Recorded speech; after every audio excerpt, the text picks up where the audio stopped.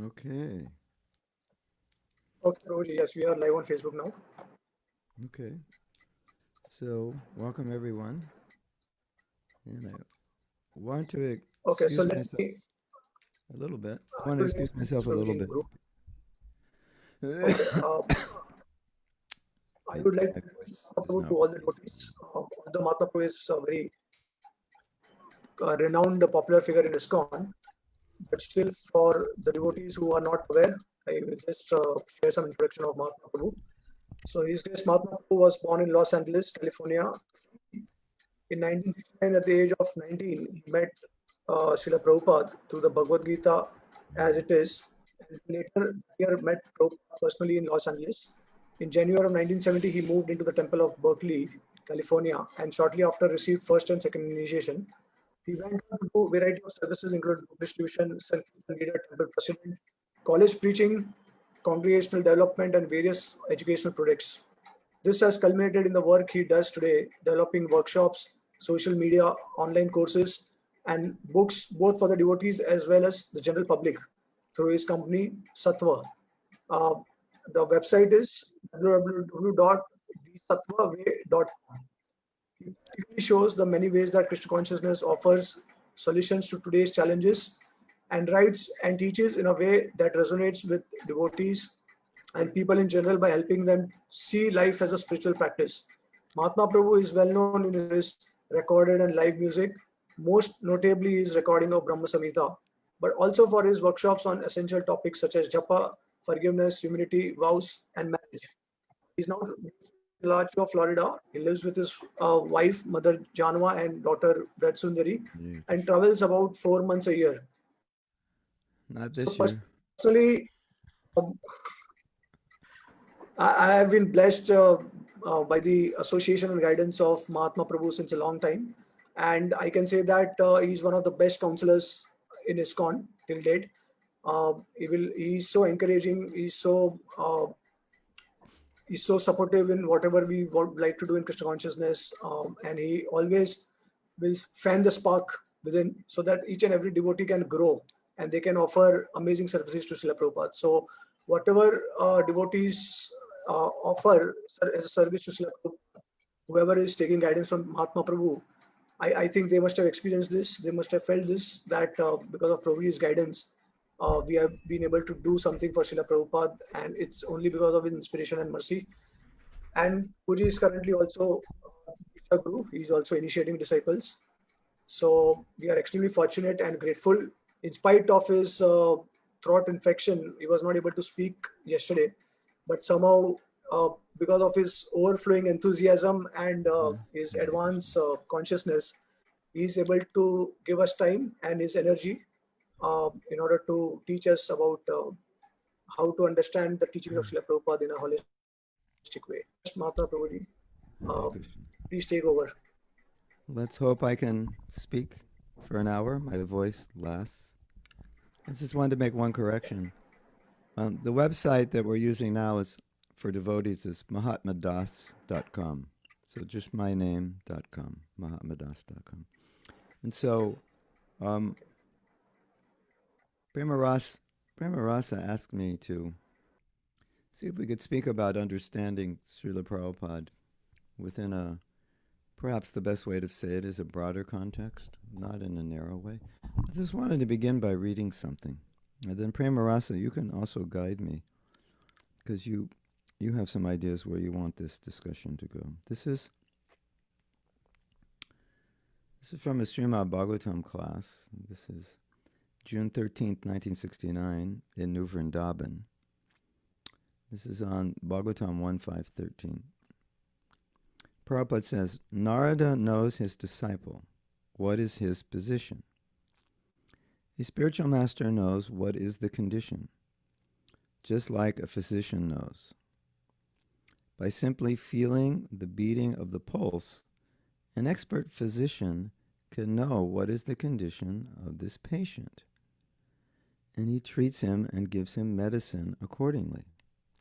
Similarly, a spiritual master who is actually spiritual master, he knows the pulse beating of the disciple, and he therefore gives him particular kind of medicine so that he may be cured. And there's a story I think maybe many of you have heard. It's funny, but it's in line with what Prabhupada's saying here. When Prabhupada was speaking to two sannyasis, one sannyasi, he gave a general instruction that you would give to all sannyasis, that you should travel. You shouldn't stay in one place. The idea is that sannyasi, if he stays too long in one place, he could become attached. So you should always be traveling, enlightening people. The idea is stay 3 days and then move on. So he gave that instruction to one sannyasi, which is a general instruction, general principle.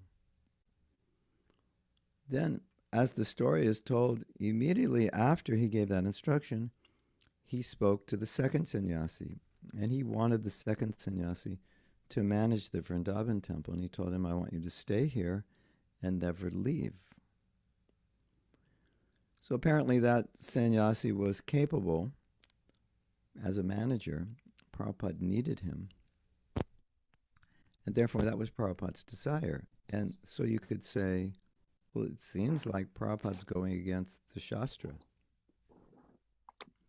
But Prabhupada's engaging and directing his disciples according to two things: what's best for the preaching, what Prabhupada needs for the preaching, and also according to the inclination of the disciple. So this is where sometimes there's confusion, because you hear Prabhupada say something.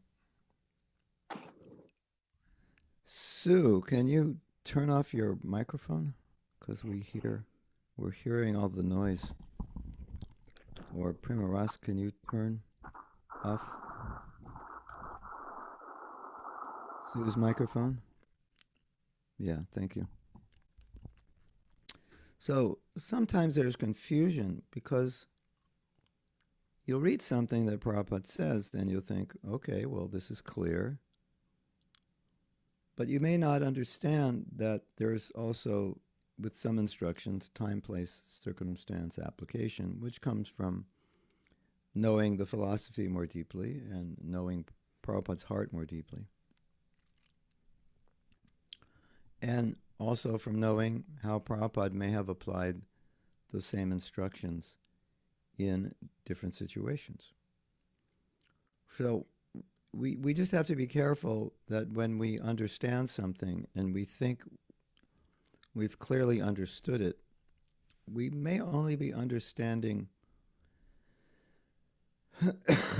an aspect of it that maybe relates to us or relates to a particular context. And when Prabhupada came to America,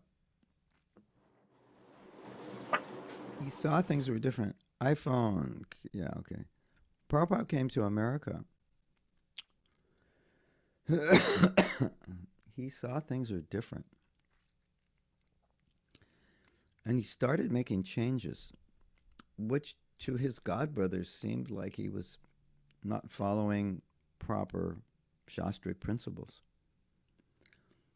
And it's interesting because he wrote about that in his books.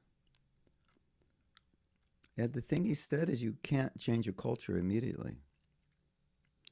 And he was referring to allowing women to join his movement, live in ashrams, do service. And he was saying the men and women, they intermingle. The women in this culture do what the men do.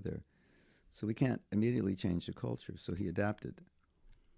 And he said, but the result is very good. So how did Prabhupada determine adaptation? Well, he determined it based on what would be the best for the individual, or what would be the best for the preaching in general. And sometimes that would go against other principles. And therefore, one of the things we learned early on was that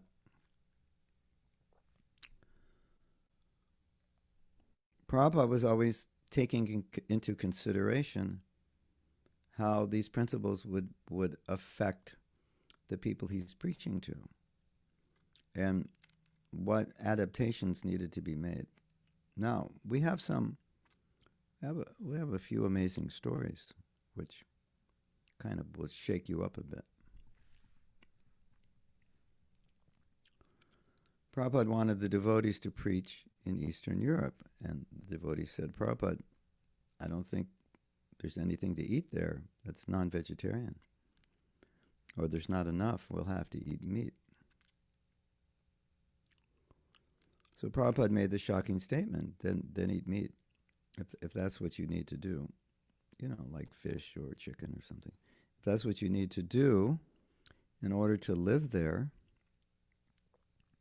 okay, this preaching is so much more important. The devotee said, but what about our consciousness? We're eating meat. And Prabhupada said something very interesting. He said, damn your consciousness. And what did he mean? He meant, well, don't.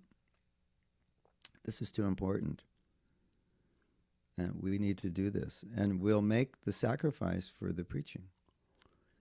So sometimes Prabhupada would, you could say, transcend certain principles in order to adapt to the preaching. This is the most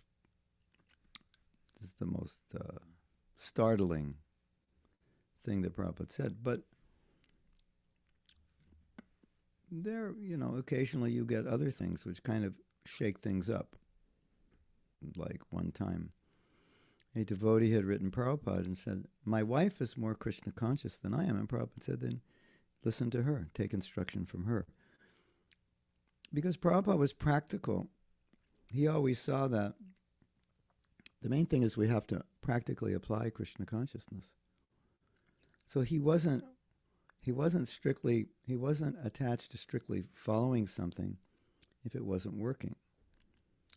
And we may not by nature be that way. We may have the nature where we're very strict, and even if something doesn't work well for somebody, we may still tell them, do this, even though it's not working, because we think, well, this is the principle.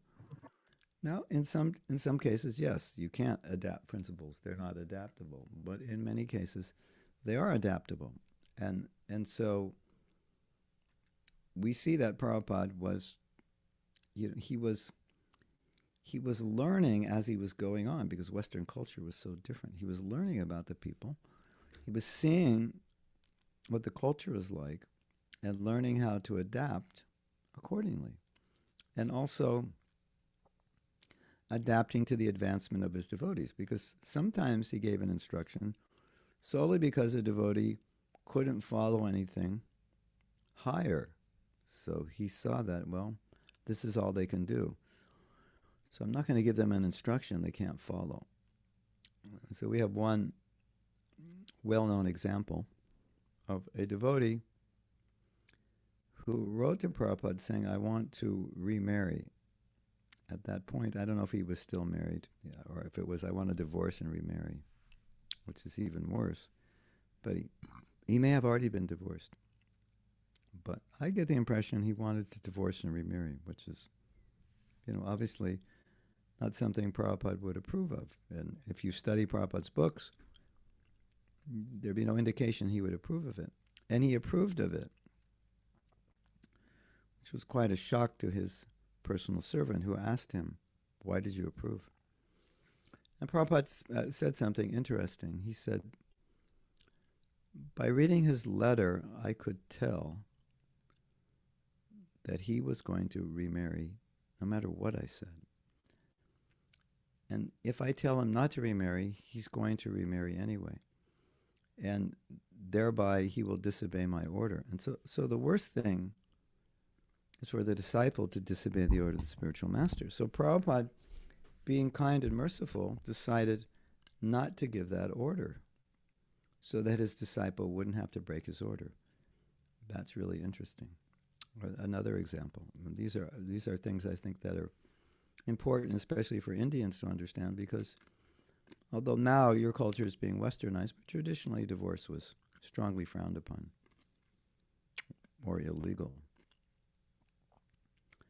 1968, one of Prabhupada's disciples left her husband and went off with another boy. So now it's her boyfriend.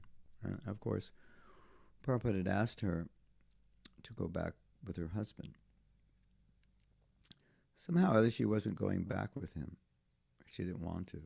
And when Prabhupada saw that, she had a responsible position of service, and he said, okay, if you can't go back with your husband, then with your boyfriend, continue the service. That's pretty liberal, right?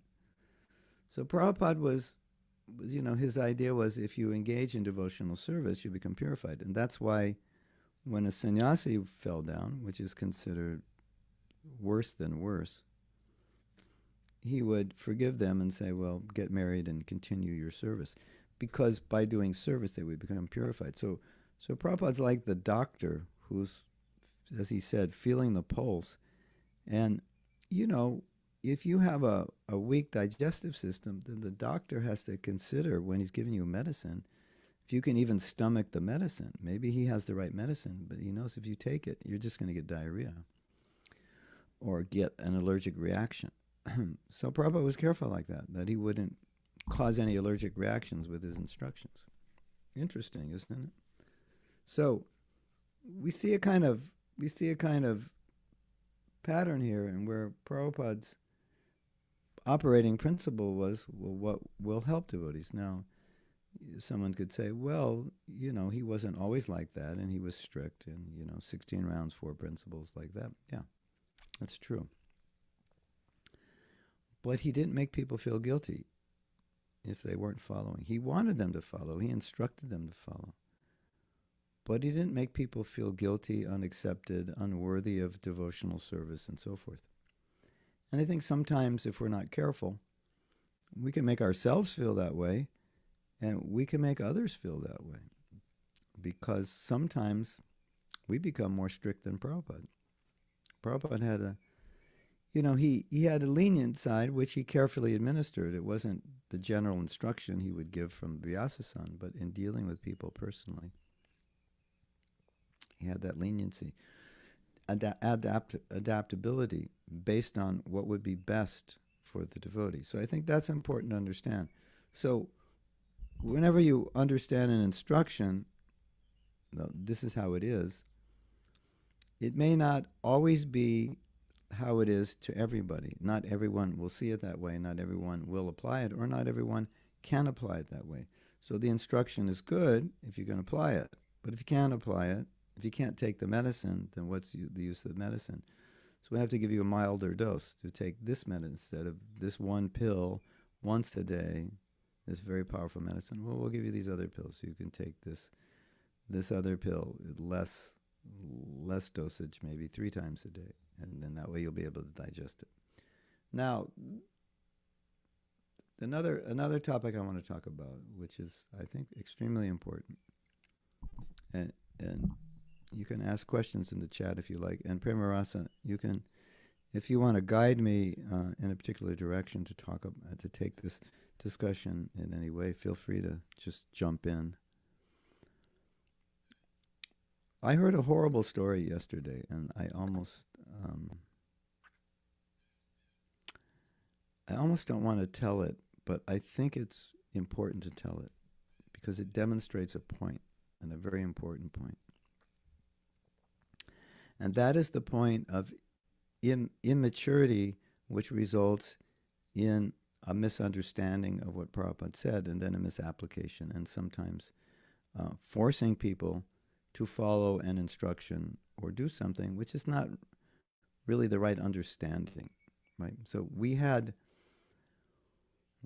many examples of this in the early days because we were very immature, young, immature, and spiritually immature, and maybe a bit stupid also. So I heard this horrible story. Now, it's very sad that this happened. Not widespread, but it did happen. So you may have heard this shloka by Jamuna Acharya that Prabhupada often quotes. And Jamuna Acharya was a king then he became a devotee, and he renounced that luxurious life as a king. Kings, kings in India, kings anywhere, they live quite a luxurious life, isn't it? And they have lots of sense gratification, lots of women, and so forth. So Jumalacharya was reflecting on the pleasure he was getting in Krishna consciousness. And he said, this pleasure is so, it's so deep, it's so profound, that sometimes when my mind remembers what I was doing before I was a devotee with these illicit relationships with women, I spit at the thought, which means spit at the thought in distaste. It's like if you were, let's say you were a criminal before you were a devotee, and you were just around the temple, and that thought came to your mind that you had a knife in front of an innocent woman and stole her purse, and you think, oh my God, I did that. Your face would be like this. It would be like a bitter thought, right? I can't believe I did that. I was so bad.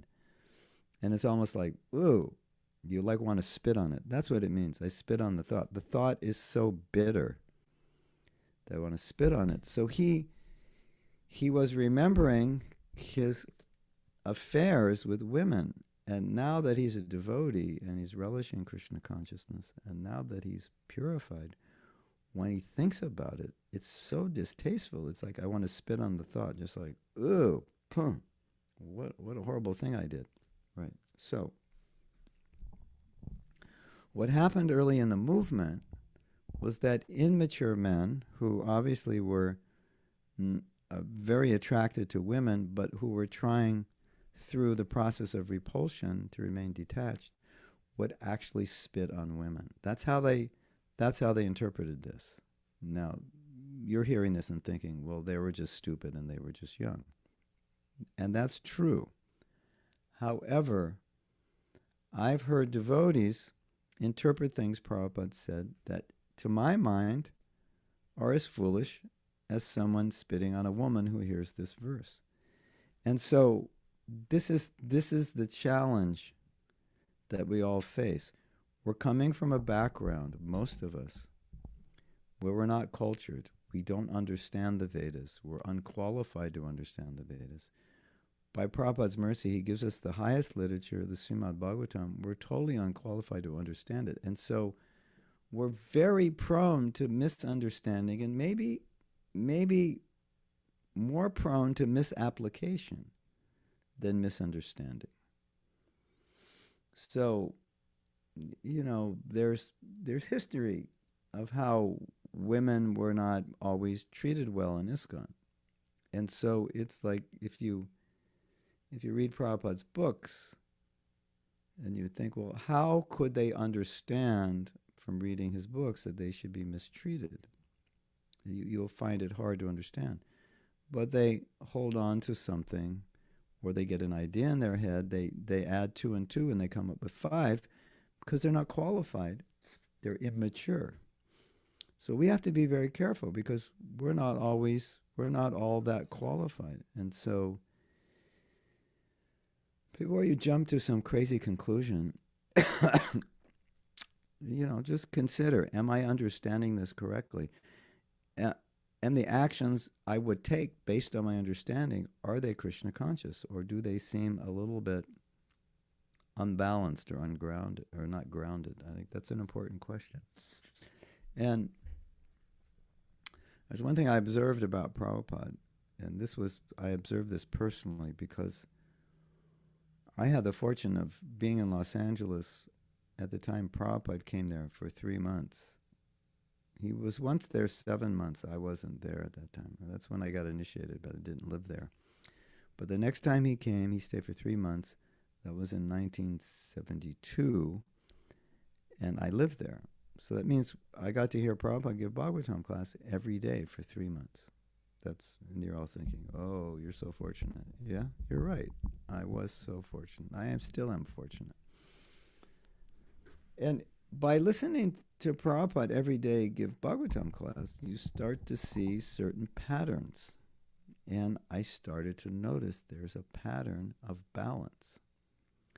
Because some things in the Shastra seem black and white. It's just, this is how it is. But it's not always like that. There's usually another side to it.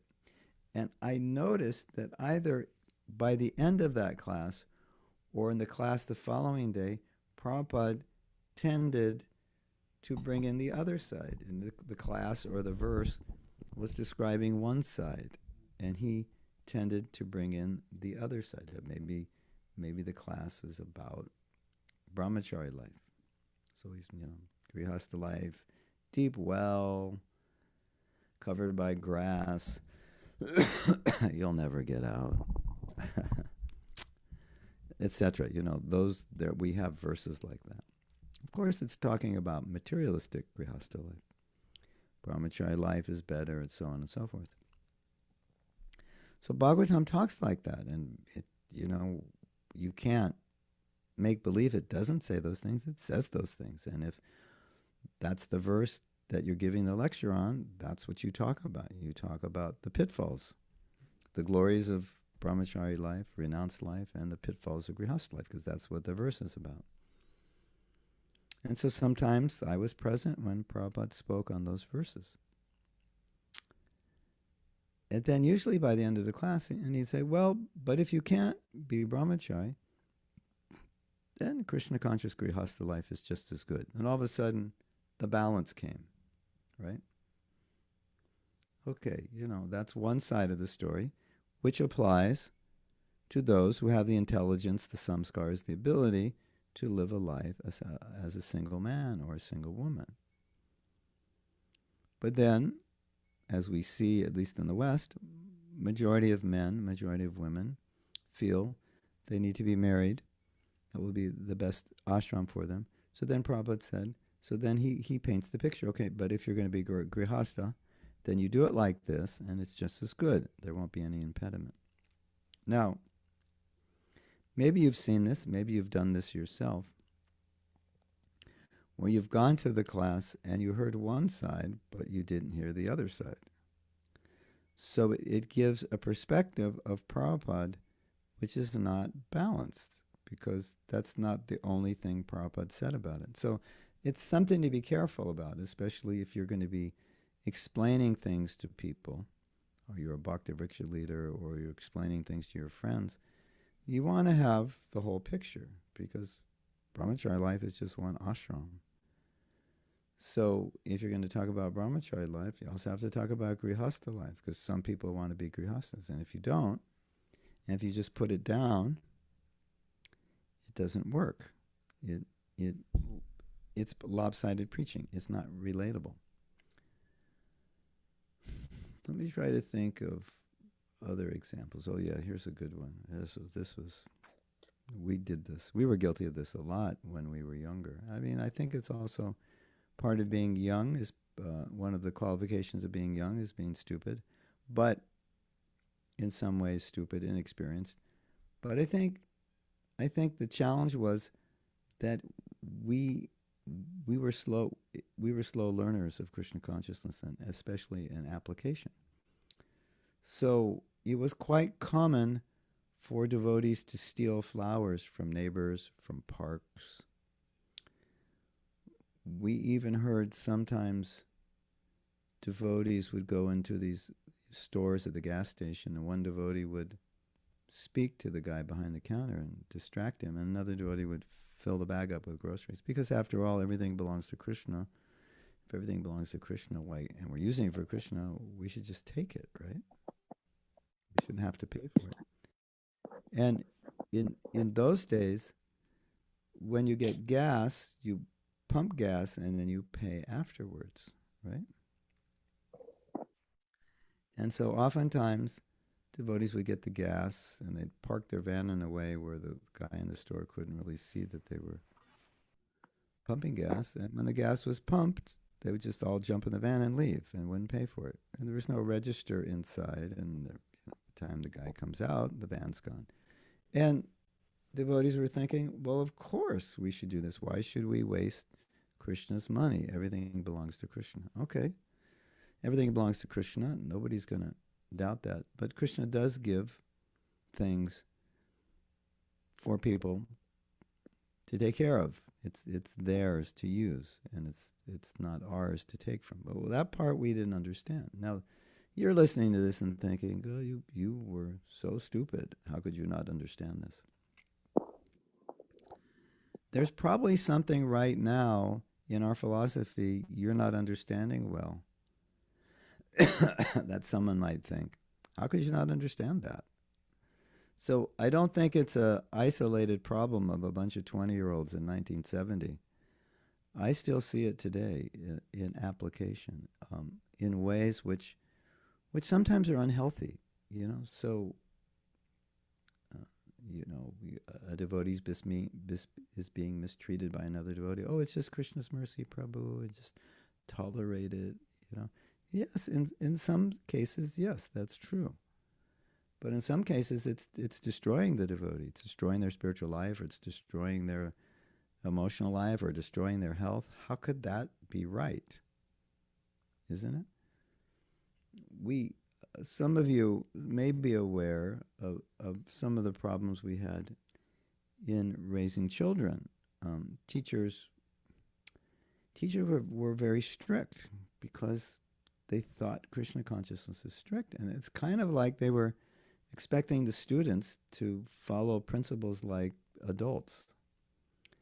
And some of the teachers were not sympathetic to the fact that kids can't follow that way. And if you look back at it, it's another one of those, how could they think that way? What was wrong with them? What was wrong is that we get an instruction in our mind and we don't have a balanced and mature view of application. And then we get, you could say, a fanatic or a narrow, or just a misunderstood the point in the first place, or misunderstood the application. And it always has bad effects. Sometimes it has divisive effects, and we argue. We argue over something. This is right, this is right. And then Prabhupada said, sometimes the acharyas disagree, and we have to make room for both being right, even though they're different, which is an interesting idea, which can be accommodated in the spiritual dimension, because spiritual dimension is beyond three dimensions. How can you have two different opinions both being right? Well, Krishna is unlimited. But more so, one of the things that I've seen, it's something we should become aware of. Something may be right for me, but it's not right for you. Like, maybe I'm qualified to do 64 rounds a day. And if I say, well, you should do 64 rounds a day because I do 64 rounds and it's revolutionized my life. And if you do 64 rounds a day, you don't have the time, you don't have the qualification, and probably those rounds would be quite offensive because you would just be distracted and you're just not settled. So what works for me may not work for you. And so sometimes because something works for us, we think, well, it works for everybody. Like, for example, I go out, I distribute books, and I get so inspired. And I go out and give a class, I get so inspired, and I think everyone should go on books. Everyone should, or I go on Harinam Sankirtan. Everyone should go on Harinam Sankirtan. It's so purifying. And if you ask me to like manage a temple, to me that's boring. I don't really like it. But if you ask another devotee to manage a temple, he's very inspired. You ask him to go on Sankirtan, oh, I don't like dealing with people like that. So his subjective experience of management is very inspiring. My subjective experience of management is kind of, what's the opposite of not inspiring? It kind of just, boring.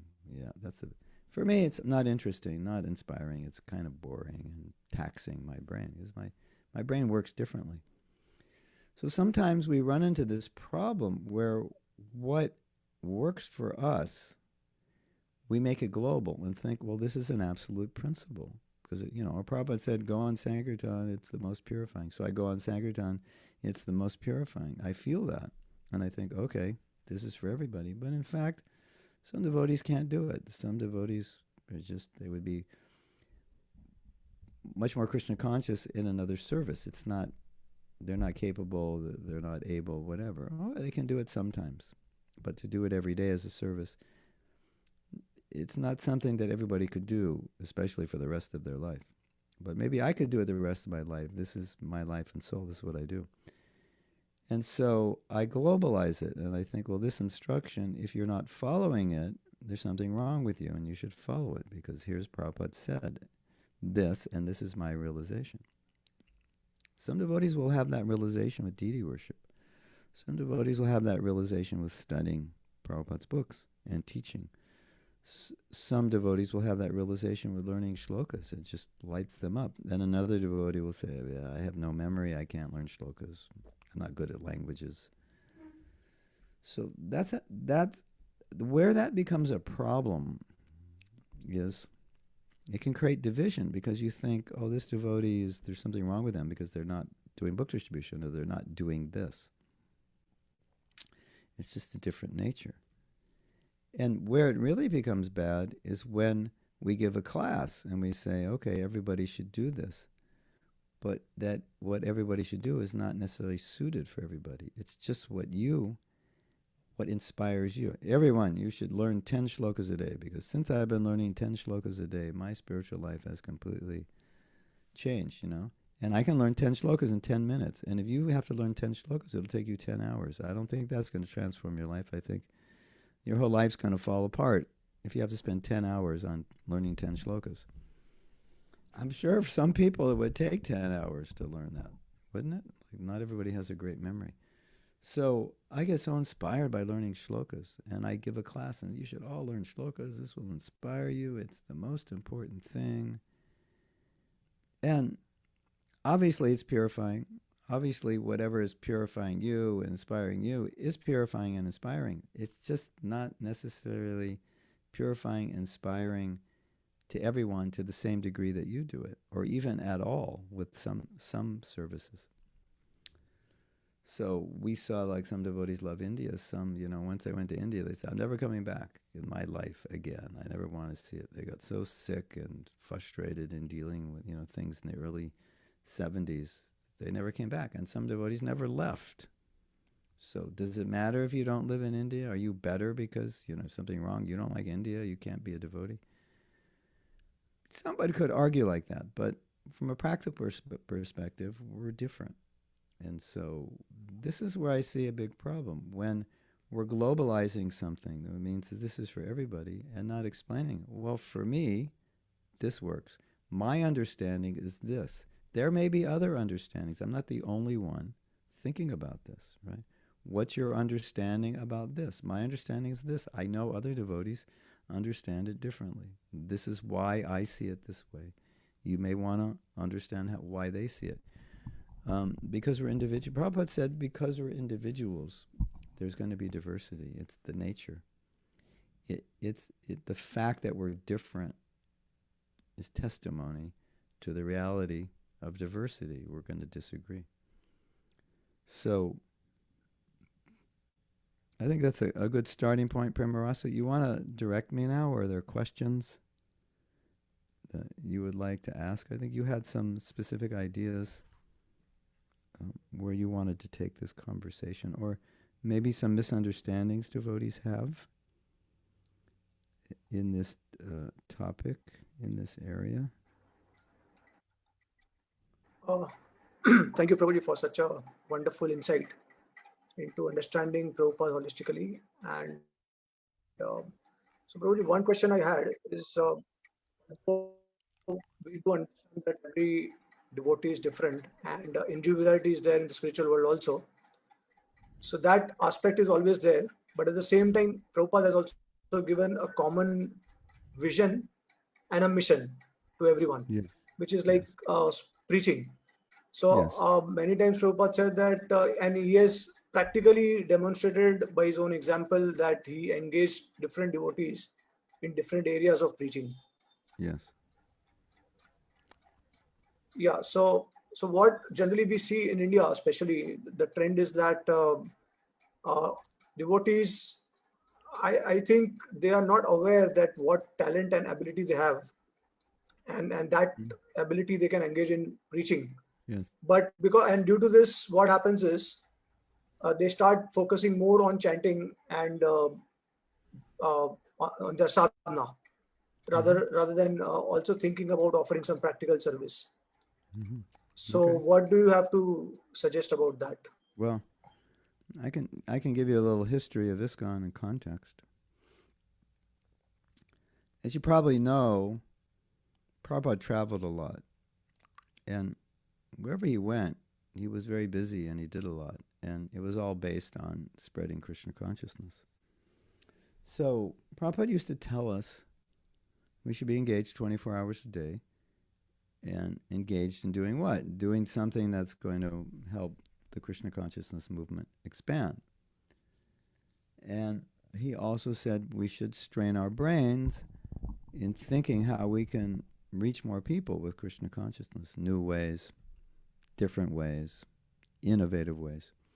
So the training we got from Srila Prabhupada was that your sadhana, that's what you do in the morning. Then Prabhupada said 9 to 5 are banking hours.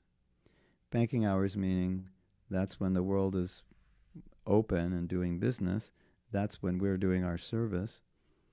And then again in the evening, we hear and chant. So we used to call this the ISKCON sandwich. So morning and evening, hearing and chanting, we strengthen our spiritual lives.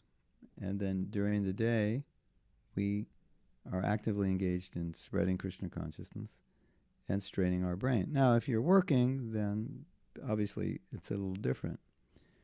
Then your evenings you have time, your weekends you have time. What I have found, there's two things that I have found which are important to note. I have engaged devotees in some service, just things they could do on the computer, for example, or some research, or some editing, or some video editing, or writing something, to help me with what I'm doing. And what I've noticed, and I've noticed it because they've told me, is that they had this time that they could have used for service, but they didn't have any service, or they couldn't conceive of any service. So when I gave them service, they said it made such a difference, because otherwise I would just like sit around and watch television or just talk or Facebook or whatever, with free time. But the preacher, the one who's actively engaged in devotional service, they don't really have free time, because whatever free time they have, they want to use that. So these devotees would say, this is really, it's engaging me and it's inspiring me, because instead of just coming home with nothing, now I have devotional service right at my home, which is even more relevant now with COVID, because some of us are always at home. The other thing that I've seen, and I think this is the point you were alluding to even more so, is that Krishna has endowed all of us with specific talents, aptitudes. If you ever listen to a TED Talk, usually it's professors or people with degrees who've studied the topic well. And usually it's people who have an aptitude for that particular discipline, whatever it is that they're speaking about. They have a natural aptitude for it. And so it comes very easy to them. Whatever they're teaching, whether it's public speaking, quantum physics, psychology, organizational development and on the corporate level, marketing, whatever, you can see that the experts in that field, their minds they're just ramped up to perfectly understand and apply that particular topic. We understand this with business people. Why does two people see the same opportunity, but actually one doesn't see it, and they're wired different. One person sees an opportunity, but he sees it from a different perspective. His mind is wired differently. He's an engineer. He sees the world from how everything is constructed. A psychologist sees the world from how people interact psychologically, emotionally. A Vaishya, a businessman, sees opportunity to create a new business when he sees a situation. Scientists see things in a scientific way. So we all have that particular nature. We're all good at something. And we're all bad at something, right? So what I've found is that when devotees connect with what they're good at, what their nature is, what they like to do, and they engage in that service, they become very inspired. Like let's say you're a writer. You know, if you're a writer, writing is inspiring. It's something you do very easily and naturally. If you're a musician, singing or playing your instrument, it's very natural, very easy. Sometimes you never see like incredible writers, incredible artists, incredible musicians, and you look at their art and you think, how do they do that? That's incredible. But for them, it's not really difficult. You know, you can play the piano like average, and they can play it like an expert. But for them, it's just as easy to play like an expert because that's how their mind is wired. That's the gifts they have, the samskars. So when you engage those gifts and samskars, you become incredibly inspired. And then Prabhupada said, with that inspiration comes more inspiration to follow sadhana. But sadhana is really to give the purity and the inspiration to go out and do something to help people become Krishna conscious, directly or indirectly. Directly means you can go directly with a book, you can talk, organize a program, or indirectly, you can be in the background doing accounting, doing management, editing a book, and so forth, not necessarily directly with people. But when you find that, and we have a course on my website, it's on my SoundCloud, I believe it's called Finding Your Dharma in Prabhupada's Mission. And there's a worksheet that goes with that course that you can get on my website. So that may be useful if you're not sure what you should do. But, you know, when you can use your creativity, your inspiration, your nature in Krishna service, you can become extremely inspired. And if you feel you lack inspiration, this may be the very reason you lack it. But the way Prabhupada gave sadhana, he gave it as a means for becoming strong so we could go out and fight with Maya. Not like, you know, just eat all day and exercise all day. No, that was not his mission. And then Prabhupada told us stories about some of his godbrothers who just wanted to chant 64 rounds. And they could do it. But Bhaktisiddhanta Saraswati Thakur wanted them to go out and preach. He wasn't happy with that. He didn't approve. And sometimes he told Srila Bhaktisiddhanta, apparently had told Prabhupada, you know, engage these godbrothers in preaching, encourage them, get them out there. That's what he wanted them to do. And if that's what Prabhupada wants us to do, that's how you'll make the most advancement. You know, it's like if Prabhupada, let's say you chant 64 rounds a day, but Prabhupada doesn't want you to do that. Then it's not going to help you make advancement because with every round over 16, you're disobeying Prabhupada. You know, once a devotee wrote Prabhupada that I'm chanting 25 rounds. And Prabhupada said, well, first chant 16 nicely. Prabhupada wasn't so excited. I guess he understood this devotee was not chanting well and didn't think it was a great credit to chant more bad rounds. But let's say your spiritual master says, okay, very good, chant 25. That's nice. Okay, you do it. And you say, Guru Maharaj, can I chant 32? And he said, no, I want you to preach. So then everything over 25 is disobedience to your guru, even though you're chanting Hare Krishna. So I think we should see sadhana like that, you know, sufficient sadhana to give us the strength to do some service, to help spread Krishna consciousness. And we're the hands and feet for Srila Prabhupada. He came alone. And now he gave us this amazing mission. And now we're going to take this mission and we're going to make the world Krishna conscious. And last thing I want to say about this, or at least I like to share this with all of you. Maybe some of you or all of you already have this experience, but It's exciting spreading Krishna consciousness, and it's fun. And, you know, so many times I've thought, all the things that I'm doing, teaching, traveling, writing, kirtan, making music and so forth, I thought, if I was just doing this on some mundane level, even though it's my nature, it would not be exciting. At least not nearly as exciting as creating a revolution in the world, changing the face of the planet. That's what we're actually doing. And if you see that that's what's happening, it's very inspiring to see that you can contribute to changing the world. And you know, you might think, oh, the world is in such a mess, how are we changing it? But we may not see it.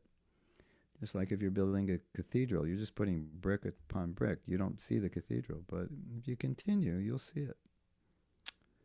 Is that okay, Premarasa? Or you want to ask something else about this? Or you have another question?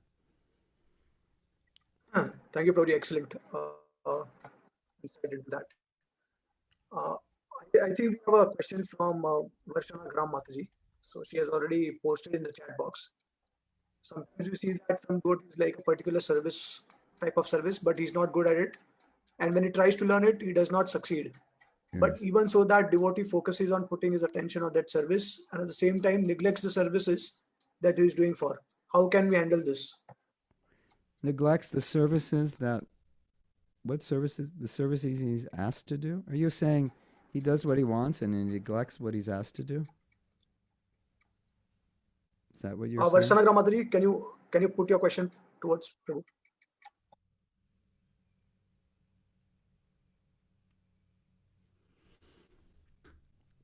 Where is she?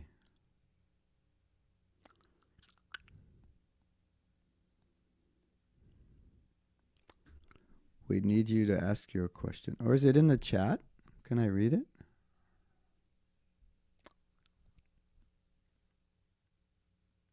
It's in the chat, right? Yes, I can read it. There in the chat box. Okay, let me read it. Sometimes we see that some devotee likes a particular type of service, but he is not good at it, and when he tries to learn it, he does not succeed. But even so, that devotee focuses on putting his attention on that service, and at the same time neglects the services that he is good for. How can we handle this? Well, it seems to me the only reason he would do that is because he's being asked to do those services. Those services are necessary. And even though he's not good at it, there's, you know, the temple needs him to do it, or the community needs him to do it. And in that case, then, as Prabhupada would often say, well, if you're trying, then it's successful. That's all you can do. You're trying. I wouldn't say, well, if a devotee says, I like this service and I don't like this, so the best thing for my Krishna consciousness would be to do something I don't like. Because doing something you do like, it's not sense gratification. Don't look at it that way. It's just like Arjuna, he's a Kshatriya. That's his swabhav, that's his nature. So Krishna's saying, act according to your nature. So to avoid acting according to your nature would be against what Krishna taught Arjuna. So that's only necessary if we're asked to do that service. But if we have a choice, or we're asked to do a service according to our nature, it's something that we like, don't think of it as sense gratification. Just think of it as like, here's a resource I have. I have a certain ability, I have a certain intelligence. This is a resource I have, and so I can use that resource for Krishna. So why shouldn't I use it? You know, like, I think probably of all my talents, the one that comes easiest to me is speaking. Writing is much more difficult for me. And I'm okay as a musician, but I don't think I would ever win a Grammy Award. I'm not that good. Someone might say, no, you are. No, but, you know, not really. But speaking is something, and counseling is something that comes very easily to me. I can conceptualize, I can get ideas out, I can help people understand. And so to think, well, because I like it, I shouldn't do it. No, because I like it and and I feel I'm good at it and I can do it, that's good for the students who hear it. So to not do it in the name of I like it would be bad for the students. And to not do it in the name that I like it would be like I give you $1 million, so now you have this resource and you decide, I'm not going to spend it because I could spend it on sense gratification, so I'm just going to leave it in the bank.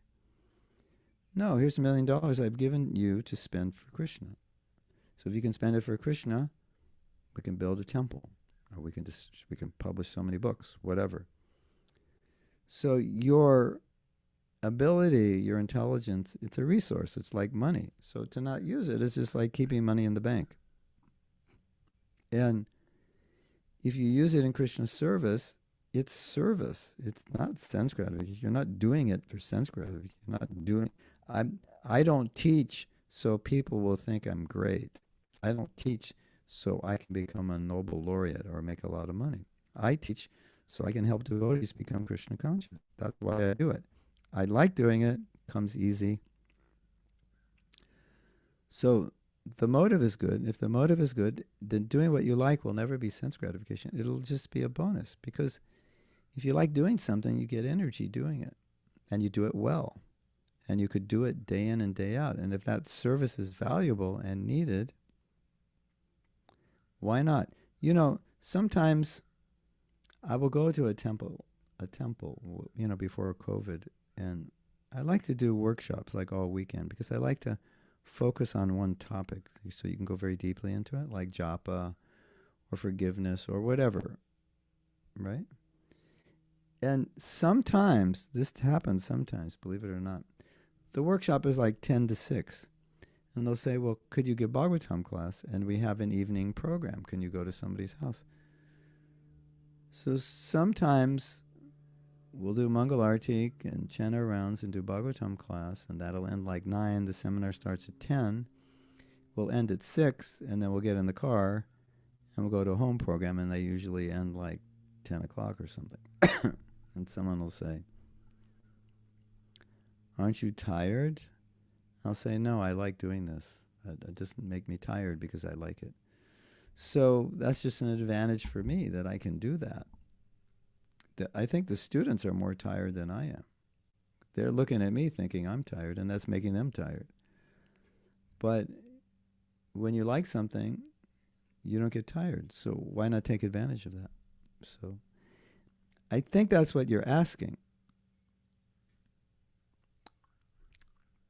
I think that's what you're asking. But if that's not what you're asking, if I didn't cover it, then just ask again for more details. Alicia, you still in London, or you ended up back in Mumbai? Now you must still be in London, right? In your new house, which is not so new. She has a new house, it's just not a new house. Sometimes we say, I got a new car. Well, really? Yeah, it's 10 years old, but it's new for me, yeah. Because she's asking, we recently hear a lot about devotee care. What are your views on it? And any incidents that Srila Prabhupada spoke about it? Yeah, well, there's one incident that stands out, has always stood out in my mind. Devotee was trying to save money. And in order to do that, the prasadam he was offering the devotees was, I don't even know if you could call it prasadam, because I don't want to make an offense to prasadam. But it was so bad that Prabhupada severely chastised him. Devotees were like hungry. They couldn't eat it. It was just horrible. Prabhupada was so upset. Devotee said, I'm trying to save money, Prabhupada. And basically Prabhupada said, you think it's my desire that devotees suffer like this so that we can save money? There's another, these are physical things. There's another time I was in the class, as far as I remember,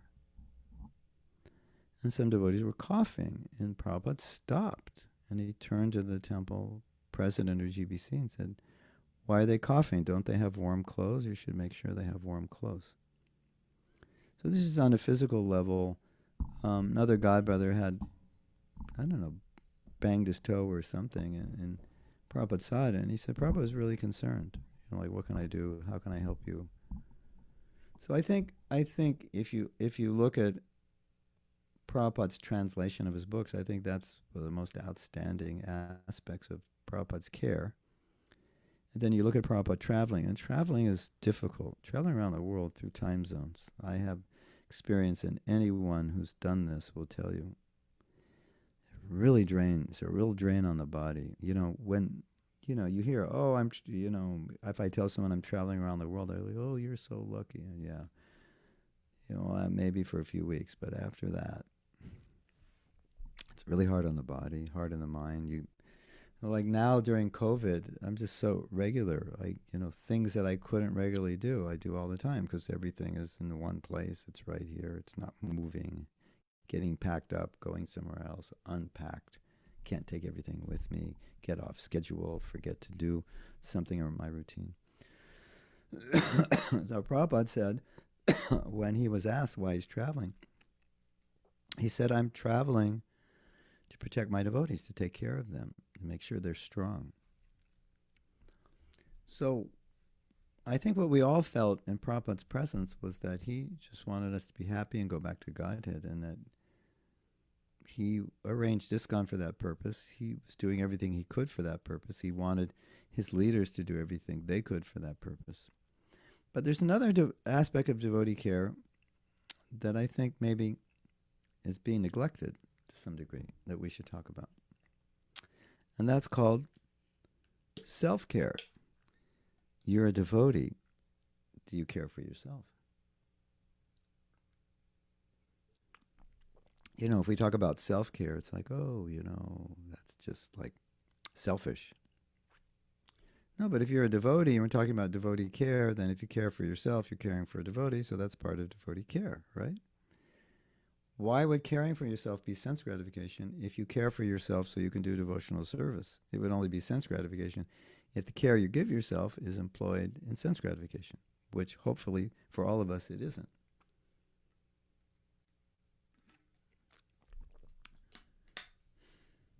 There's another aspect of self-care, devotee care, that I often talk about, which I think is really important. And I would like to see an ISKCON, anything I can do to create an ISKCON, help create an ISKCON, where devotees are a little more vulnerable, a little more open, and less judgmental. In other words, create an environment where we can be vulnerable without being judged. Because in order for us to all progress in Krishna consciousness, we have to be able to be open. We have to talk about our problems. And we have to be able to do it with people who won't judge us, condemn us, make us feel guilty, make us feel bad. Because by nature, when we are not perfect in Krishna consciousness, we feel bad. I should be better. My Guru Maharaj would want me to be better. We naturally feel bad.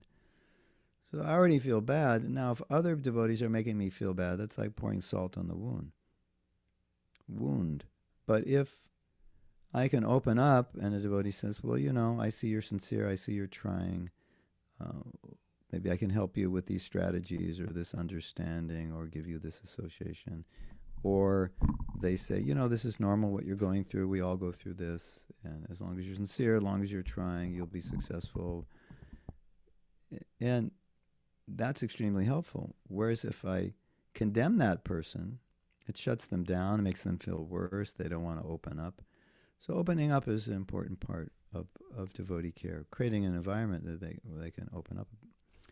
And recently I've been having some discussions, or maybe observing discussions, about something that has concerned me for many years, and it has kind of put me in a direction in the service of what I teach. But more and more the leaders who are dealing with the devotee care are seeing that in this generation now, people are growing up in very dysfunctional environments. Many people are growing up in dysfunctional environments.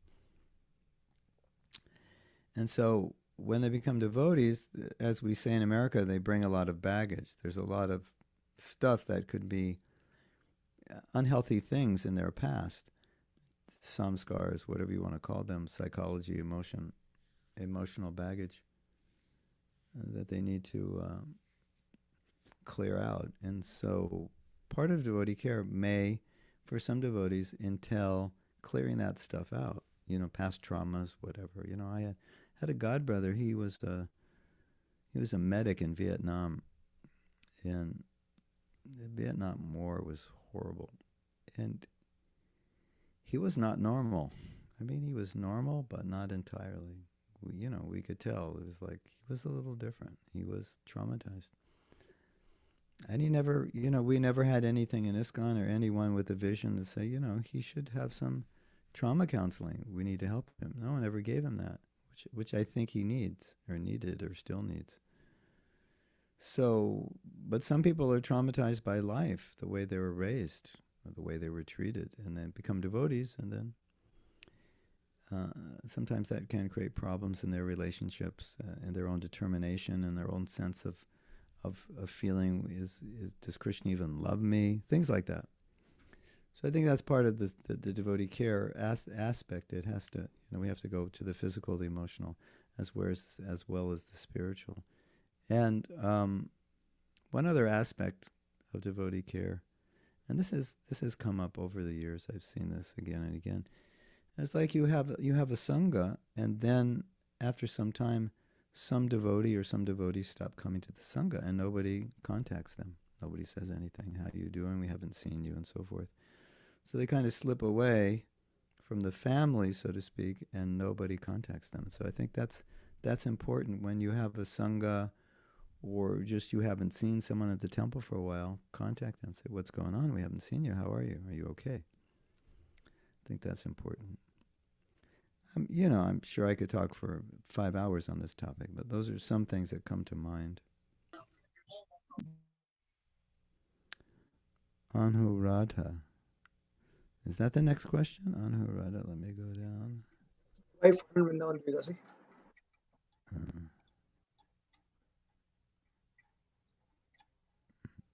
Okay.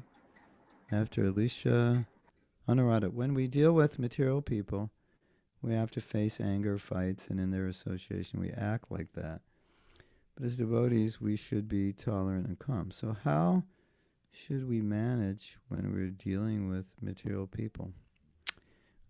Can housewives or devotees who do their sadhana, don't preach, can they go back to Godhead? You can preach to your neighbors, You can make cookies and give them out in the neighborhood. You can always do something. Yeah, you can go back to Godhead, don't worry. Your kids will take you back to Godhead when they become pure devotees. So, your first question. Yeah, well, if you help your husband and your kids become Krishna conscious, that's your preaching. So your first question, it's interesting you asked this because recently, I don't know if you have this experience, but sometimes you're thinking about something or something just comes up and a certain topic keeps coming up all the time, like wherever you look, somebody does a Facebook post and then you read something in Prabhupada. It's like about the same thing. Then you listen to a Prabhupada memory, and it's about the same thing. So recently, for whatever reason, the topic of tolerance has been coming up a lot. And I never realized how much Prabhupada emphasized tolerance. And I heard this amazing story, which I think will answer your question. There was one devotee was, according to her, was being mistreated by the men. And she was very angry. And she had a close relationship with Prabhupada, so she was in Vrindavan, Prabhupada was there, and she could approach him. She started complaining about how the men were treating her, and Prabhupada was very upset. Not with the men, although that's another story. I don't know the details, but he was upset because she wasn't tolerating it. I mean, the men may have been doing something wrong, but he wanted to teach her the lesson of tolerance. He got so angry with her. And he told her, you have to tolerate. She said, I never saw him so angry before. So, what I learned from this is that tolerance is extremely important. And when Prabhupada saw her not being tolerant, he was really upset because he saw this as a failing, like a huge failing.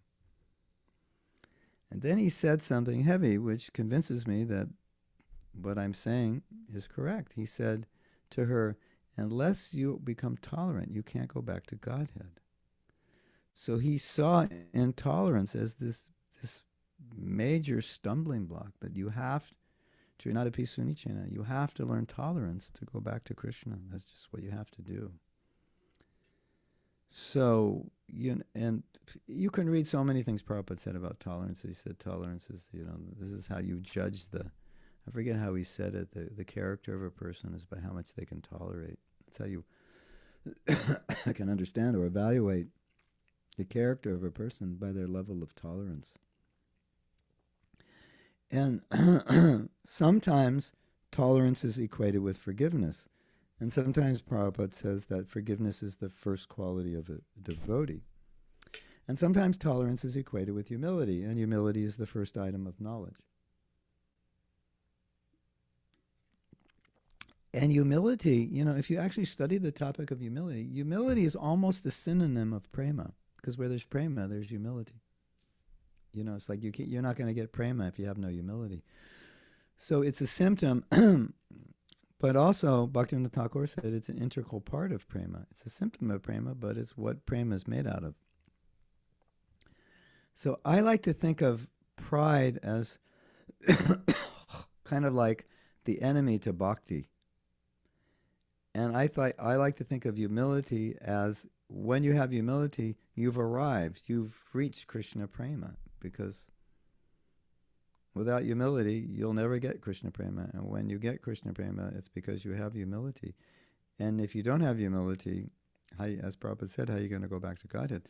So, inherent in the idea of tolerance is it's just somehow or other we have to tolerate it. And I think one of the ways we learn to tolerate is simply because Krishna asks us to. Prabhupada asks us to. Like, how do you tolerate this? I don't know, Prabhu, but Prabhupada wants us to tolerate it. We have to. I mean, when you become a devotee, there's so many things you have to tolerate, not just other people, but your own mind, your own senses. The environment that you're in that's inviting you to give up Krishna consciousness, you have to tolerate that. All the people, sometimes you see videos of horrible things that are going on in the world, and it's so sad, it's so depressing. It's just like you want to hide. We have to be able to somehow or other face the world in spite of this, and not lose our enthusiasm to be Krishna conscious and spread it. So tolerance it's just, when you understand it's fundamental to your practice of bhakti, it's just you have to do it. You could ask how, but that's the best answer I can give, is you just have to, because that's how you'll become Krishna conscious. So, if that didn't completely answer anyone's question, just please ask for further clarification. And until then, if Prema Rasa, you have anything else? I'm hoping my voice gets better by using it, but that kind of goes against medical science, right? You should get worse by using it.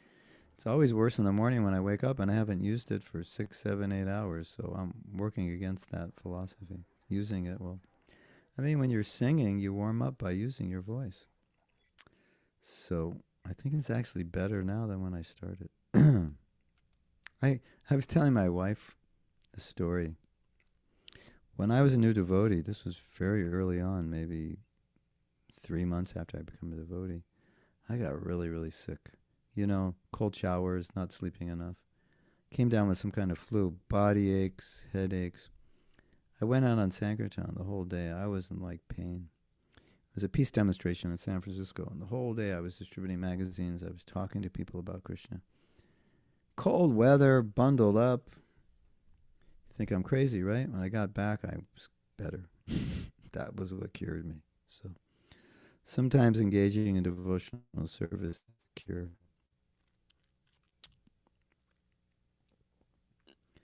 Yeah, I think this point about tolerance, it's something we need to pay attention to. because I think what some devotees do is when they have a certain challenge in their life, like tolerance could be a challenge, envy could be a challenge, greed could be a challenge, lust could be a challenge. All of them could be challenges. But we all face at least one or more of them in a big way. That's something, it's real. This is really difficult for me.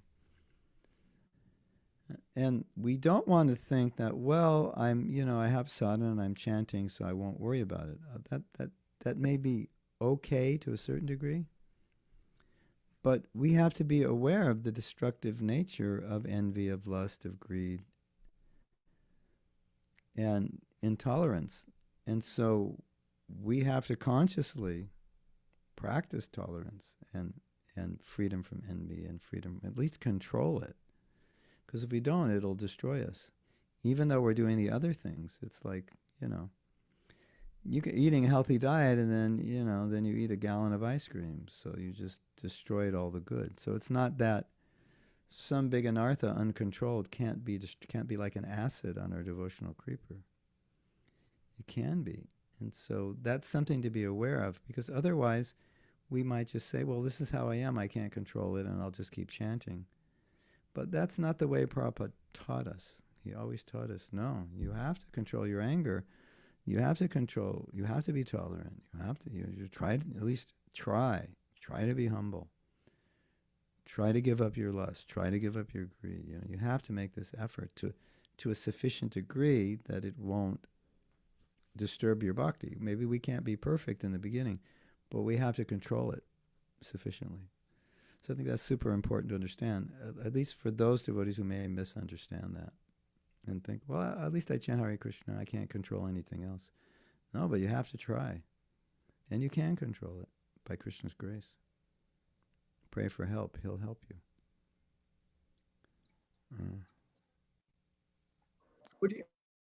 I have one comment and one question also. Okay.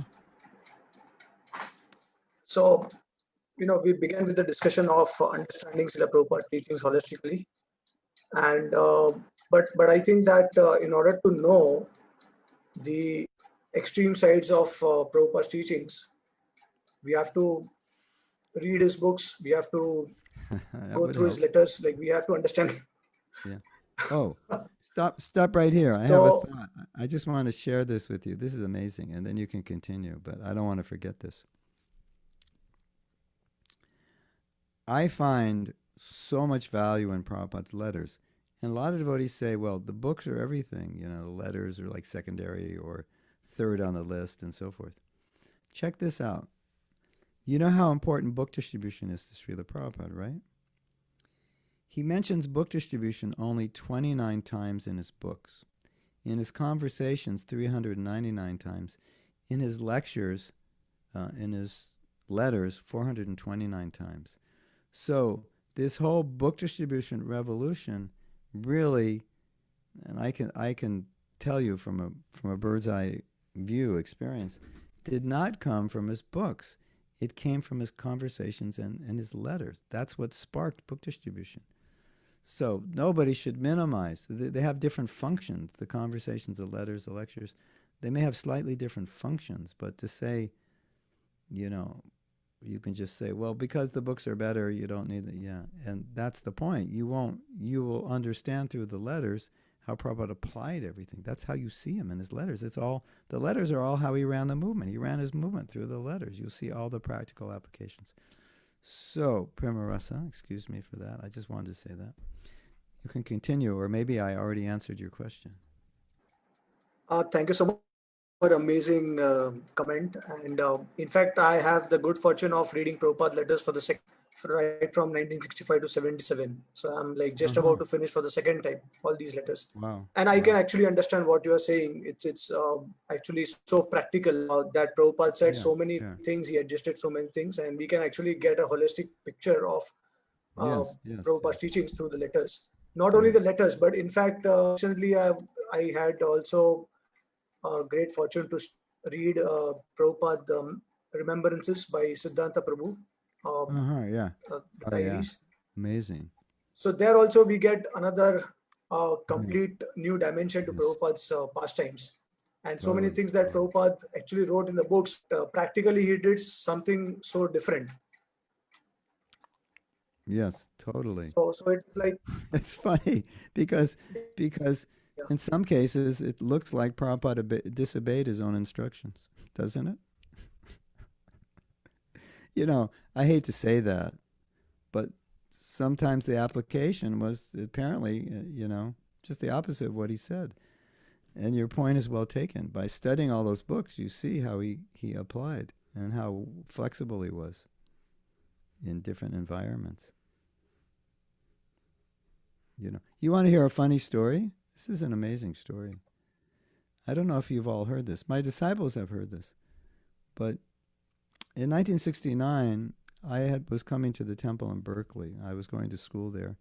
And I started visiting the temple. And at the same time, there was a man who was a little older than me. I think he might have been 25. I was 19. So to me, he was quite an old guy, because at 19, 25 is kind of old, as funny as that sounds. And he was coming into the temple, and he was getting into Krishna consciousness. And when he would come to the temple, he'd wear a dhoti, saffron dhoti. And I don't know what he was doing, what his job was, but he had a lot of free time, and he was hanging out at the temple. And as a student, I had a lot of free time, and I would hang out, and I would see him there sometimes. And one day he showed up in a sari, and he was speaking like a woman. So this is Berkeley. Berkeley is a kind of a crazy place, probably the most crazy in America, maybe the whole world, at least at that time. But still, even for us in that crazy place, it was confusing. What do we do with this person? He would come back in a dhoti, come in a sari, he would keep changing. And like, what do you tell this person? And he was chanting, I think, 16 rounds. So the temple president wrote Prabhupada, and Prabhupada either wrote the temple president or wrote this boy. And he said something amazing, which just gives you an insight into Prabhupada's flexibility, understanding of human nature, and his compassion, and his willingness to adjust in a way that would help somebody. And so he told the boy, he said, if you want to be a woman, that's fine. If you want to be a man, that's fine. But don't keep changing back. Just decide what you want to be and then execute Krishna consciousness, which is almost like what you would say to a man who's thinking about getting married. Should I get married? Should I not get married? Well, just decide. Don't hover back and forth. Make a decision. Is it brahmachari or is it grihastha life? It's not good to be oscillating because it destabilizes your consciousness and your life. So that's basically what he was saying, is just, stabilize yourself and make a choice. That's amazing, isn't it? So that gives you insight into Prabhupada's, compassion for this person and his willingness to be flexible. Prabhupada engaged homosexuals. He gave some of them sannyas. No problem. They want to serve Krishna. There's no discrimination. Black people, Chinese people, Japanese people, there's no discrimination. Prabhupada went to Africa and they were preaching to the Indians. Prabhupada said, no, preach to the Africans. So he was, and you read in his books, you might get a different idea. Well, did Prabhupada really want to preach to the Africans? Did he think they were qualified? Anyone who wanted to be Krishna conscious, he was willing to help without judgment, without making any prejudicial statements that you can not become Krishna conscious because of you're a man who wants to be a woman, or you're in an African body, or whatever, Chinese or anything. So, we grew up seeing this, and we never got the impression that Prabhupada was really trying to establish rules and regulations. I always got the impression he was just trying to find ways to get people to chant Hare Krishna and engage in devotional service. That's how we grew up. That was our thought. And there's talk about Varnashram now and establishing it, but it's not that the goal is going to be different. It's engaged. Varnashram was just another tool to engage people in Krishna consciousness. We have a question by Anju here, and he's saying we're put in some situation as to learn and acquire certain quality. Yeah, but you have to be able to see that. Like, what is the situation teaching you? And then if you ask that question, you try to figure it out, you'll see, yeah, there's lessons everywhere.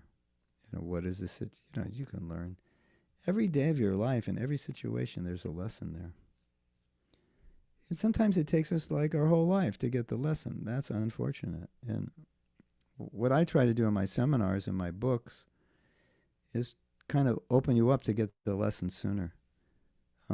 Just so I don't forget, on Amazon.com, if you just go Amazon.com, Mahatma Das, then you can access my books there. And I have, books about practical application to try to move you faster to realize, what the lessons are, what you need to work on. Because it's a shame if you have to go 20 years and not be aware of it. Or like think you don't have a problem, but you do, but you don't want to admit it, or you just don't notice it, or you don't get the lesson because you're blaming everybody else. So I try to help devotees, get over that so they can see the lessons. So the next question, Prabhuji, yes. Yeah, I just wanted to mention the devotees that we definitely want Mahātmā Prabhu for the next session also, and that time we will be focusing on the importance of self-efforts in Krishna consciousness. So maybe if we want to reserve these questions for the next session. Yeah. Okay. I mean, maybe you can answer this question, which is posted by Swati Mataji, and then maybe class we can have a separate self-efforts, the value of self-efforts. Yeah. This is a good question. How do we practice? I like to look at practice like practicing an instrument. You remember when you first practice an instrument? Or practice a sport, or practice reading or writing. It's so unnatural. And unless you really like it and look forward to learning it, it's kind of like work. You just do it. And so we have the saying, practice makes perfect. So the simplest answer I can give you is, how do we practice, is that you go through the form. Like, how do I practice tolerance? I always tell devotees, when something bothers you, just say to yourself, that's interesting. That's how you practice tolerance. Like, I feel like screaming right now, but I'm just going to say, that's interesting. Within 3 days. You ever have something, you're like in line. Well, of course, in India, it happens every minute. You're in line and someone just goes in front of you, but it doesn't happen in the West. But if it happens in the West and you've been waiting in line a long time, you're finally at the front and someone just goes in front. You go, oh, that's interesting. It can be frustrating, but you just say, that's interesting. It doesn't mean you're not frustrated. It just means you're not going to act it out. So that's kind of what it means. Okay, maybe I'm not so humble, but can I act that way? Okay, I'll serve prasadam. I don't like serving anybody. That's my nature. I'm just selfish, proud person. I want everyone to serve me.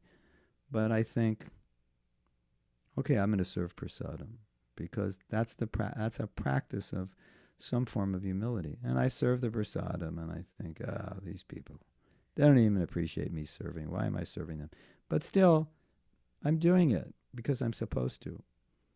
And by doing it, then gradually the mentality comes. The other night we were giving a class, and we were actually talking about this. And somebody said something really interesting. I really like this. They have these 12-step programs. It's for recovering from addictions.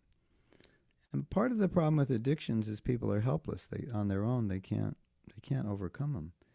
And sometimes they don't want to overcome them because they're so weak. I mean, they want to overcome them, but they don't want to overcome them because they're so weak. They can't really overcome them. So he said in that movement of the 12-step movement, they say, just bring your body to the meetings and your mind will come. You know, your mind saying, I don't want to go, it's too hard, I don't want to do this. Just get your body there. You know, get your body in this group. We'll be talking about things that you really need to hear. So he's saying, you know, just get your body, your mind will follow later. So, you know, just act humbly. In the wake of that action, humility starts to develop. You know, act in a tolerant way. In the wake of your action, your tolerance becomes a little stronger. If, let's say, you're envious of a devotee, you think, oh, that devotee, they're getting all the fame, you know, they don't deserve it. Try to praise them. As hard as that could be, try to praise them. Do it with your body because your mind will follow. I really like that statement. I think we could all remember that. Just get your body there and your mind will follow. So that's the best answer I can give you. Sometimes there is no answer other than we just have to practice it no matter how difficult it is. Just like, you know, okay, Swati, get out there and, you know, walk 5 miles. Oh, I'm too tired. I don't feel like it. No, get out of the house. You know, okay, you know, you don't feel like walking. But, you know, your doctor said you have to. You put your running shoes on. You get out there kind of strolling. And, you know, after 20 minutes, you're walking pretty fast and you're feeling pretty good. Something like that, you know. Just get the body moving. That's just how it is. Get in the gym. Get your body in the gym and your mind will be okay later. Is that all right?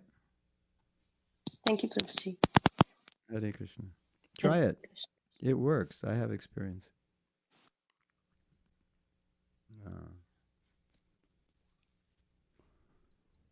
Oh, it's a good question.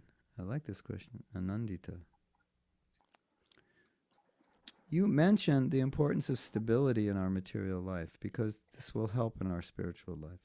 Can material instability ever help our spiritual life, or is it always an impediment? Well, I wouldn't consciously create material instability, but sometimes material instability comes, and sometimes, yes, it does help our spiritual life because generally when things are difficult, it pushes us to, or can push us to Krishna. It can be an impetus. So, and Krishna says sometimes I do create instability in a devotee's life because that's what they need. And that goes into the other question of what do we learn from life situations, or should we learn? Well, Krishna creates situations where maybe there is instability so we could learn. Like with COVID, it was such a good lesson that there is instability in this world. So many people in America are dying. I just heard some crazy figure, like the way things are going in America, by next year you'll have like 300,000 people dying in 1 month. If I heard that correctly, I don't know. That sounds outrageous. But let's say that we're true. You know, we as devotees are always trying to preach, you know, you could die at any moment. Well, if 300,000, they said in January or February of next year, 300,000 Americans will die of COVID in that month.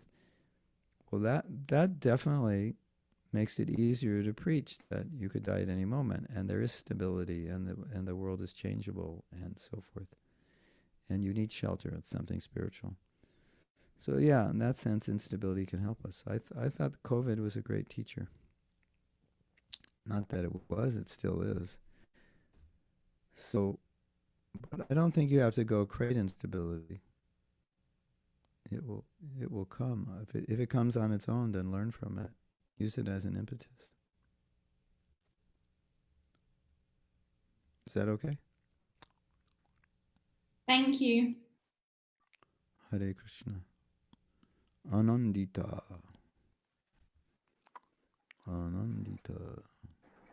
Yes, I forgot to mention every morning at 8 a.m. Eastern Time, which is 3 hours earlier than we started class today. Every morning we have class, so you're all welcome to come. It's on my Facebook page, HG Mahātmā Das.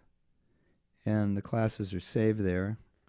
And we're talking now about Maya. That's the topic. It's a very interesting topic. To study Maya, Mahamaya, Yoga Maya, how she works. And yeah, I find it fantastic and really really helps us understand Prabhupada, because we go on these classes. The last class we did, the last topic was death. We went 3 months of just reading everything Prabhupada said about it. You really get a deep insight into how Prabhupada views something. So you really get a good reference point of how Prabhupada has spoken about Maya. So you're all welcome to come for that. And if you go to my Facebook page, you'll see there are other programs on the weekends. You're all invited. If you like, you can come. And we have daily videos. You can, I guess, go to my YouTube page, get noticed, or the daily videos go up on Facebook, and there I talk about things which I think are relevant, things which I think are in devotees' minds that are not talked about so much in classes, but are important nevertheless. So I think you'll find those useful. Anything else, Prema Rasa?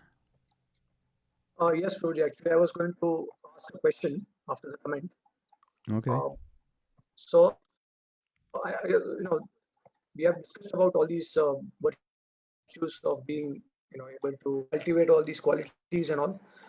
But Yes. while practicing Krishna consciousness, we have, as we were discussing also, that Prabhupada said different things at different times. And, we have this statement by Srila Prabhupada that just chant 16 rounds, follow the regular principles, and in this life you will go back to Godhead. And then there are other statements where Prabhupada are completely purified. You cannot go back to Godhead. Yes. So I think devotees would like to know that this is something that Prabhupada said. Yeah. Yes. Well, they're both true. And I think,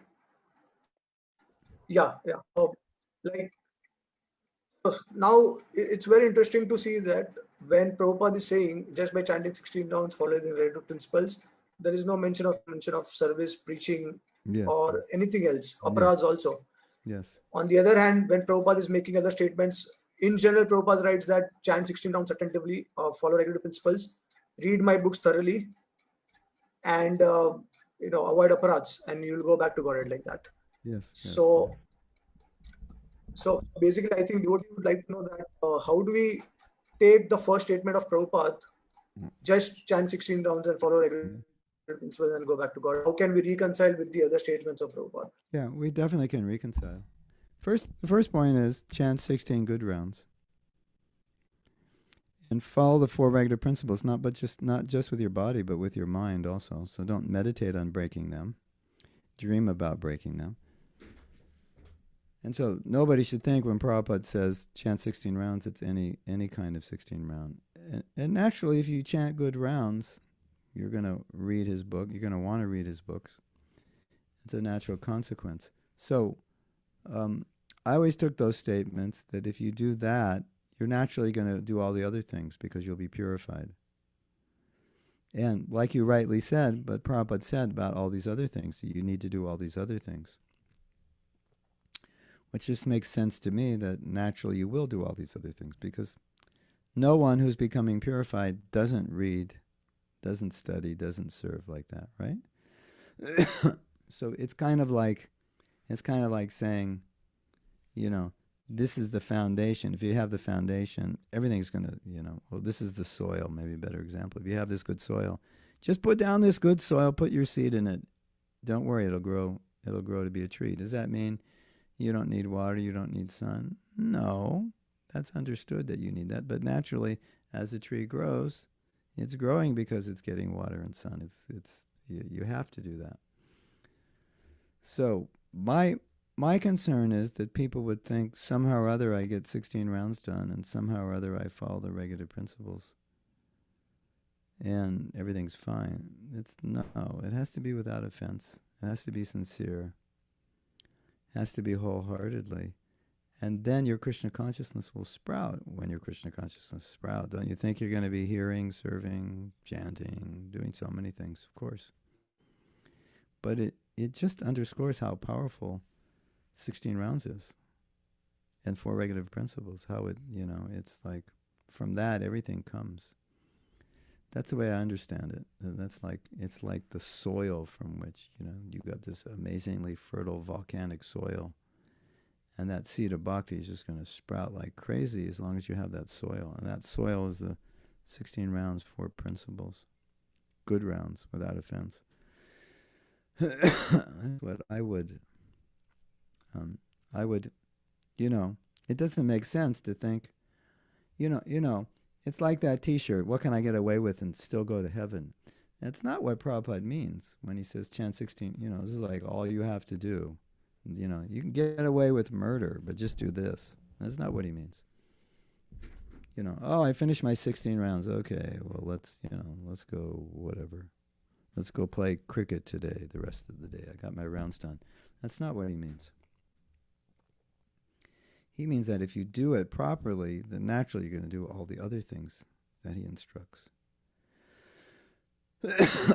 But if you don't do those 16 rounds, 4 regular principles, the other things won't help you sufficiently to go back to Godhead. That's my understanding. Is that okay, or you have a different understanding?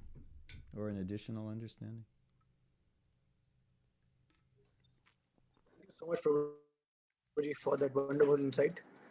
I was actually thinking in terms of the Srila Prabhupada also. Just for example, sometimes it is mentioned in the Shastra that if you do certain activities, then you go back to God just by doing that activity, which the extreme glory, and it reveals the extreme glory of that particular devotional activity. So yes. Similarly, because Prabhupada said that Nityan Prabhu is unlimited, so this is also possible. But of course, it may be in a very specific context also at the same time. I think it's a little different, because with those Shastric verses, it's kind of like, if you do this, you could go back to Godhead. Whereas Prabhupada's saying, if you chant 16 rounds, 4 principles, you will go back to Godhead. The other ones are like, results vary. That's the disclaimer. If you go to Rath Yatra, see Lord Jagannath, you'll be liberated. But there's a disclaimer, results vary. But without 16 rounds, 4 principles, there's no disclaimer. It's just, but we just have to add in the details so it's clear, That's the way I see it. Because those other verses, they basically say, it doesn't happen to everybody that sees Lord Jagannath. But everyone who chants 16 rounds offenselessly. But what does it mean to chant offenselessly? It will mean you'll have to be doing so many other things, right? You have to be Trinadapi Sunichena, right? And you'll have to have the right mentality and the service mood, and you'll be praying for service. So, obviously you're going to be doing service because you're praying for it. I think that's how we should understand it. All the good will be a byproduct of that. You will manifest all the qualities that you need to go back to Godhead. Whereas if you take Charnamrita or see Tulsi or Lord Jagannath, you could go back to Godhead, but you could not. Or you could go back into Godhead in a million lives. But with 16 rounds, 4 principles, Prabhupada was saying, this life. Don't wait for another one. Is that okay? Yes, Prabhuji, thank you so much. Wonderful. I think I need to go, because I think my voice is saying, don't talk anymore. I have to rest it for there's another class tonight. Thank you so much, Prabhuji, for the excellent class, and we look forward for your association as much as possible, and we wish and pray that you recover your voice quite quickly. Yes. So, if any devotee would like to greet Mahātmā Prabhu. Show your lotus face so I can see you. Turn your video on. We get to see all of you. I was just speaking to a blank screen, basically. There they are, real live people actually listening. Amazing. Sriji Sundari. Rajiv.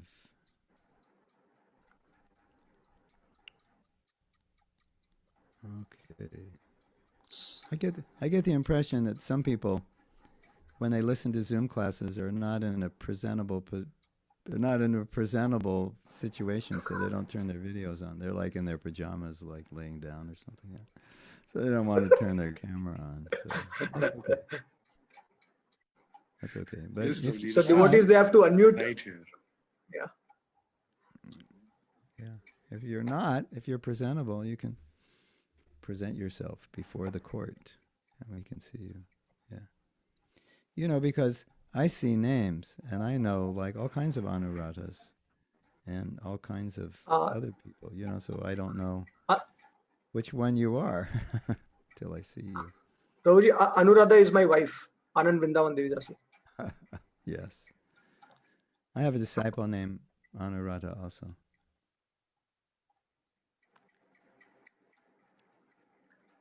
I didn't know that was your name, Anuradha. That's a nice name. That's your birth given name, right? That's her birth name, Anuradha. Yes, Prabhuji. One who follows Radha. What a nice name. Yeah. Prabhuji, I really liked your comment because she asked the question that how can we cultivate tolerance? And you said that if you want prema, then you have to have humility. So I think if she wants me, then she should have humility also.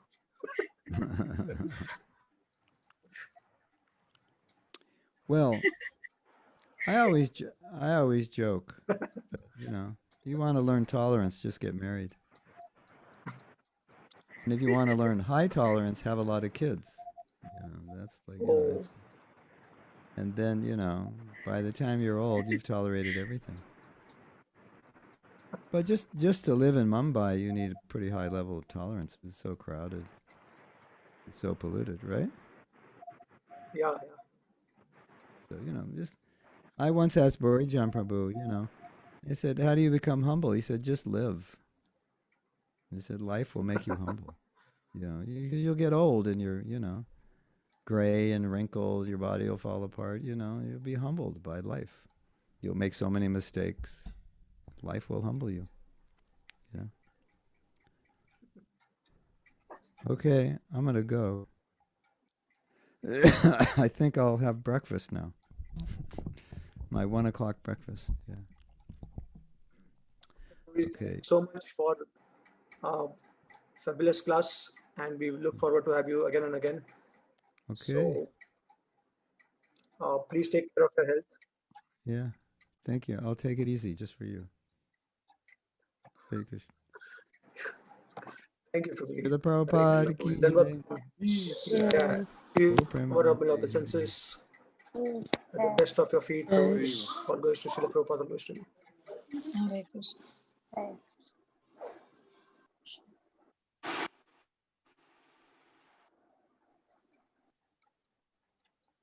Okay, so devotees in our group, I request them to please be online for further 5 minutes.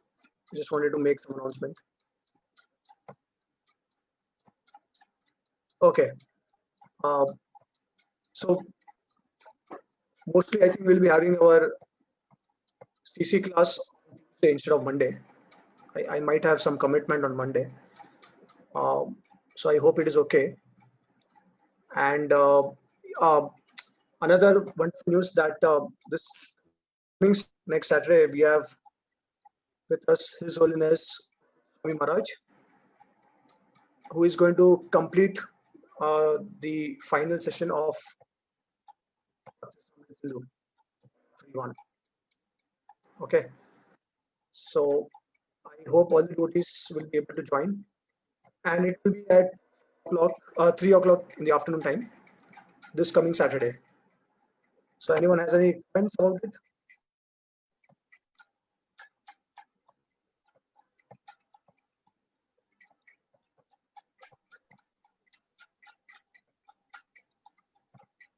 So basically, Prabhuji, you're saying that on the CC class will be on which day instead of Monday? Tuesday. Tuesday. Okay. And the other thing is what, Prabhuji?